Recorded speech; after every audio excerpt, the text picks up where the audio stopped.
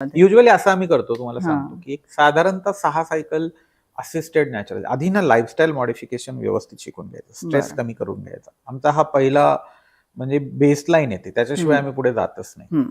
कारण मी सांगितलं, उपचार सुरू झाले की त्याचा स्थान वाढतो आणि त्यानेच प्रेग्नन्सी राहत हो. नाही. तो आयव्हीएफ ट्रॅपमध्ये किंवा इन्फर्टिलिटी ट्रॅपमध्ये हं. ती लोकं अडकतात. म्हणून आधी पहिलं त्यांचं मेंटल स्ट्रेस कमी करून टाकायचा.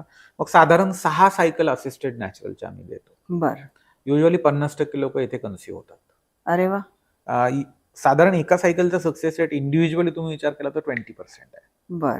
पण because they are not visiting to the hospital, they are just hmm. Taking medicine, doing lifestyle hmm. Modification and having regular physical relation at home. Hmm.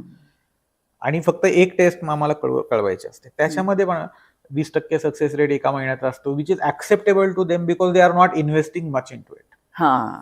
आणि मग 6 महिन्यात 50% लोकं इथे कन्सीव्ह होतात. नाही राहिली प्रेग्नन्सी तर मग आम्ही IUI साठी बोलवतो त्यांना. हं.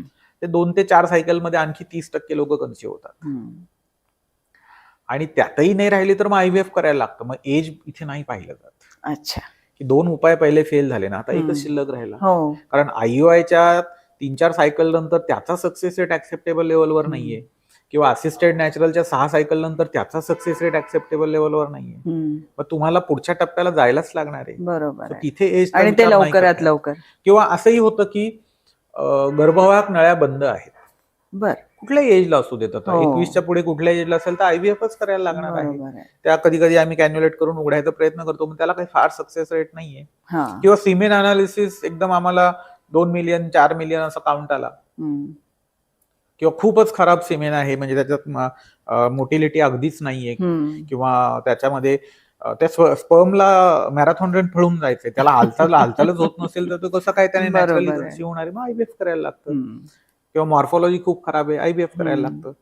सो तिथे एजचा संबंध येत नाही. हं. तिथे आपल्याला कॉज ठरवतं किंवा सिव्हिअर एंडोमेट्रियोसिस हे IVF हं. करायला लागतं. कॉज ठरवतं की IVF करायला लागणार आहे की नाही लागणार. हं.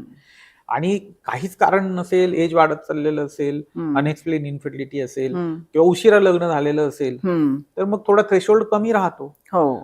इन्फर्टिलिटीच्या डायग्नोसिसचाच आम्ही 35च्या पुढे एरवी 1 वर्ष आम्ही थांबतो. हो. इन्फर्टिलिटी लेबल करायच्या आधी 35च्या पुढे आम्ही 6 महिन्यातच इन्फर्टिलिटी लेबल करून इन्व्हेस्टिगेशन सुरू करतो. बरोबर. थ्रेशोल्ड कमी होणारच आहे. हं. पण एज असं स्पेसिफिक कुठलं एज क्रायटेरिया आहे का तर नाही. नाही. कारण ठरवेल IVF लागणार की नाही.